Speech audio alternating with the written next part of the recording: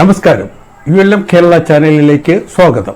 ഏവരും ഞെട്ടുന്ന സത്യം എന്ന കഴിഞ്ഞ വീഡിയോ കാണാത്തവർ മത്സ്യത്തൊഴിലാളികളുടെ ജീവിതം വഴിമുട്ടിക്കുന്ന സാഹചര്യം സംബന്ധിക്കുന്ന ഈ വീഡിയോ ഏവരും മറക്കാതെ കാണുക. വിഷയം മുതലപ്പുഴയിൽ സംഭവിച്ചത് എന്നതാണ്. പോകാം വീഡിയോയിലേക്ക്. ഇഷ്ടമായാൽ ലൈക്ക് ചെയ്യുക, ഷെയർ ചെയ്യുക, സബ്സ്ക്രൈബ് ചെയ്യുക, കമന്റ് ചെയ്യുക. പെരുമാതുറ മുതലപ്പുഴയിൽ സംഭവിച്ചത് എന്തെന്ന് നമുക്കൊന്ന് പരിശോധിക്കാം. മുതലപ്പുഴ ഹാർബർ സംവിധാനം കണ്ടാൽ ആരും പറയും ഇത് ബംഗാളികളെ കൊണ്ട് ചെയ്യിപ്പിച്ചതായിരിക്കും എന്ന്. കടലുമായി യാതൊരു ബന്ധമോ ബോധമോ ഇല്ലാത്തവർ ചെയ്തത് ആണെന്ന് പ്രത്യക്ഷത്തിൽ തന്നെ ആരും പറയും. അത്രയ്ക്ക് ഗംഭീരമായിട്ടുണ്ട്. വിദ്യാസമ്പന്ന പ്രബുദ്ധരായ കേരളീയരെയും മത്സ്യത്തൊഴിലാളികളെയും അപമാനിക്കുന്ന പണിയാണ് ഈ കാണിച്ചു വച്ചിരിക്കുന്നത്. ഇതിനാവശ്യമായ ശാസ്ത്രീയ ബോധം ഉള്ളവർ ഇല്ലായിരുന്നുവെങ്കിൽ ഇവിടുത്തെ മത്സ്യത്തൊഴിലാളികൾ പറഞ്ഞു കൊടുക്കുമായിരുന്നു.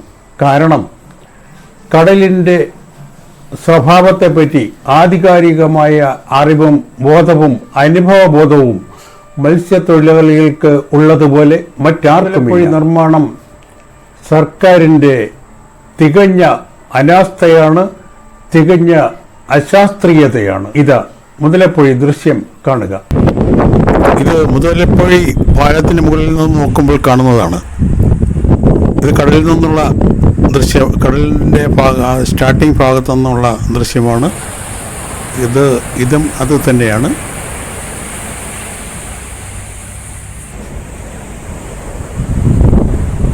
കടലിൽ നിന്ന് നോക്കുമ്പോൾ കാണുന്ന ദൃശ്യമാണ് ഈ കാണുന്നത്. മുതലപ്പുഴ ഹാർബർ സംബന്ധിച്ച വസ്തുനിഷ്ഠമായ കാര്യങ്ങൾ പ്രദേശവാസിയായ താഴമ്പള്ളി ലാസർ സർ പറയുന്നത് നമുക്ക് ഒന്ന് ശ്രദ്ധിക്കാം, കേൾക്കുക. മുതലപ്പുഴ ഹാർബറിലാണ് നമ്മൾ നിൽക്കുന്നത്. ഈ മുതലപ്പുഴ ഹാർബർ എന്ന് പറയുമ്പോൾ ഇപ്പം മുതലപ്പുഴ മൂടിപ്പോയ ഒരു ഹാർബർ. ജനുവരി മാസം തന്നെ മുതലപ്പുഴ മൂടിക്കൊണ്ടിരിക്കുന്നു എന്ന് താഴമ്പള്ളി ലാസർ എന്നാണ് എന്റെ പേര്. അപ്പൊ ഞാൻ ഈ കാലം മൊത്തം മുതലപ്പുഴ ഹാർബറിന്റെ സംരക്ഷണ സമിതിയുടെ ഒരു കൺവീനർ എന്നുള്ള രീതിയിലുള്ള പ്രവർത്തനങ്ങളും ഈ മുതലപ്പുഴയിലെ മത്സ്യബന്ധനം നടത്തി ജീവിക്കുന്ന ഒരു മത്സ്യത്തൊഴിലാളിയും കൂടിയാണ്. 2013 നിർമ്മാണം തുടങ്ങിയത് 2015 തന്നെ വീണ്ടും പരാജയപ്പെട്ടു കഴിഞ്ഞു എന്ന് ജനം വിധിയെഴുതി. മുതലപ്പുഴയിൽ നിരന്തരം മത്സ്യത്തൊഴിലാളികൾ അപകടപ്പെട്ടുകൊണ്ടിരിക്കുകയാണ്. ഈ അപകടം ഇന്ന് ഞങ്ങൾക്ക് ഏറ്റവും വലിയ ഒരു കനത്ത പരാജയമാണ്. കൂടുതൽ മത്സ്യത്തൊഴിലാളികളുടെ അഭിപ്രായങ്ങൾ ആരാഞ്ഞുകൊണ്ട് നടത്തപ്പെടണം എന്ന് വളരെയധികം ആഗ്രഹിക്കുന്നു. പക്ഷേ ഈ പറഞ്ഞ രീതിയിൽ മണലൊഴുക്കിനെ കുറിച്ച് പഠിച്ചിട്ടില്ല. ഹാർബറിലെ ബ്രേക്ക് വാട്ടറുടെ നീളവും വീതിയും വർദ്ധിപ്പിക്കണം. ഇവിടെ 8 മീറ്റർ അല്ലെങ്കിൽ 6 മീറ്ററെങ്കിലും ആഴം ഉണ്ടാകണം. ഇതാണ് മുതലപ്പുഴ ഹാർബർ സക്സസ് ആയി വരേണ്ട, വിജയകരമാകേണ്ട ആവശ്യം. ഞങ്ങൾക്ക് മത്സ്യബന്ധനം ചെയ്യാൻ കഴിയാതെ കഴിഞ്ഞ 2 മാസങ്ങളായി ഞങ്ങളുടെ ബോട്ടുകളെല്ലാം കത്തിക്കിടക്കുന്നു. ഇവിടെ പട്ടിണിയാണ്. മത്സ്യത്തൊഴിലാളിയുടെ ജീവിതം നരകത്തിന് തുല്യമായി മാറി. ഈ സാഹചര്യത്തിൽ അവനെ പിടിച്ചു നിർത്താൻ വേറെ ഒരു മാർഗവുമില്ല. കഴിഞ്ഞ 14 വർഷത്തിന് മുമ്പ് മൂടിയ ഒരു സംഭവത്തിന് ശേഷമാണ് ഇപ്പോഴും മൂടിയിരിക്കുന്നത്.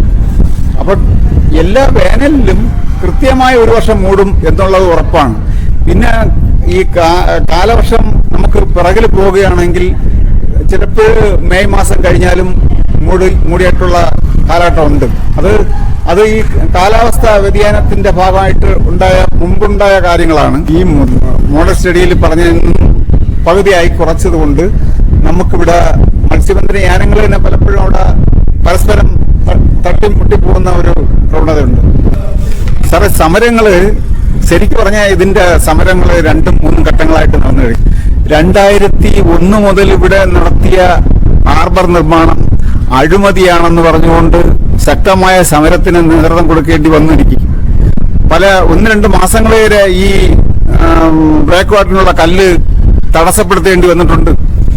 ഇത് എന്തുകൊണ്ടെന്ന് പറഞ്ഞാൽ ഇവിടെ ഒരു ദിവസം 5 ലോഡ് വന്ന 50 ലോഡ് കണക്കെഴുതാൻ വേണ്ടി ഉദ്യോഗസ്ഥന്മാർ നിൽക്കുന്ന ഒരു പ്രവണതയുണ്ടായിരുന്നു. ഇതൊക്കെ ശക്തമായി തീർക്കേണ്ടി വന്നിരിക്കും.